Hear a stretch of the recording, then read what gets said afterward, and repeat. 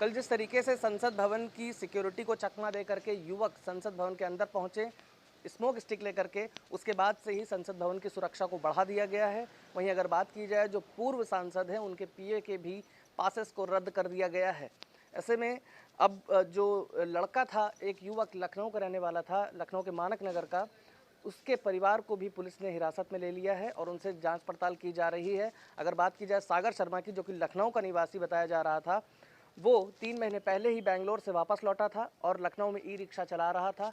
ऐसे में अब जो सिक्योरिटी एजेंसीज़ हैं, जो जांच एजेंसीज़ हैं, वो ये जांच पड़ताल में जुटी हुई हैं कि आखिर किसने सागर शर्मा का ब्रेन वॉश किया और उसके साथ जो तमाम उसके साथी थे, चाहे वो नीलम रही हो या उसके अन्य साथी रहे हों, उन पर भी मुकदमा कायम कर दिया गया है। और पूरी तरीके से जो जांच एजेंसियां हैं वो जांच में जुटी हैं कि आखिर इनके तार किन से जुड़े हुए हैं, किस तरीके से इनको एंट्री दी गई अंदर। और जो भाजपा सांसद हैं जिनके पास पर वो अंदर गए थे, प्रताप सिम्हा, उन पर भी अब कांग्रेस और अन्य विपक्षी दल बीजेपी पर उनको लेकर के हमलावर नज़र आ रहे हैं।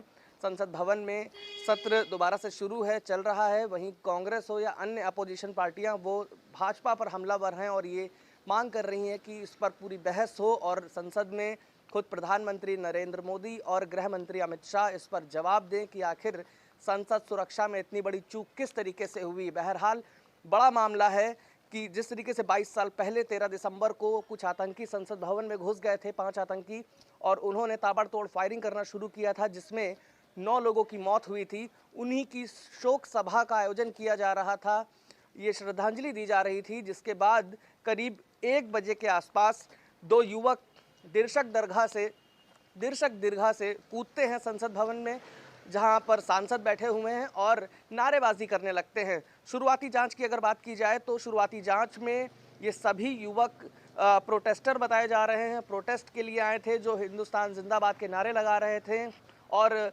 सरकार के खिलाफ नारेबाजी कर रहे थे। वहीं एक तरफ जहां संसद भवन के अंदर ये नारेबाजी हुई, स्मोक स्टिक का प्रयोग हुआ, उससे ठीक 18 मिनट पहले संसद भवन के बाहर नीलम और उसका एक साथी दोनों ही नारेबाजी कर रहे थे सरकार के खिलाफ और वहां पर भी स्मोक स्टिक का प्रयोग किया गया। पुलिस ने उन्हें गिरफ्तार किया। उसके बाद ये संसद भवन के अंदर घटना घटी जिससे अफरा तफरी का पूरा माहौल मच गया था।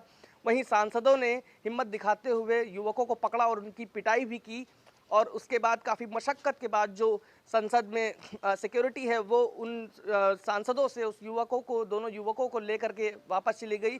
फिलहाल दिल्ली पुलिस और बाकी तमाम एजेंसियां जांच में जुटी हुई हैं कि आखिर इनके तार कहां जुड़े हुए हैं।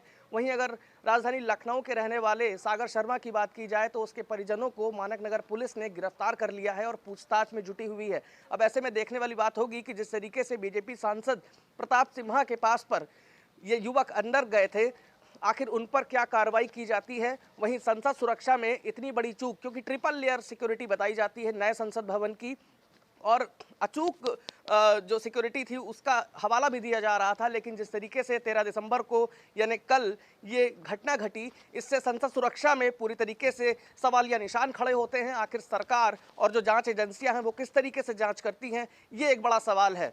बने रहिए हमारे साथ, देखते रहिए इंडिया वॉइस 18।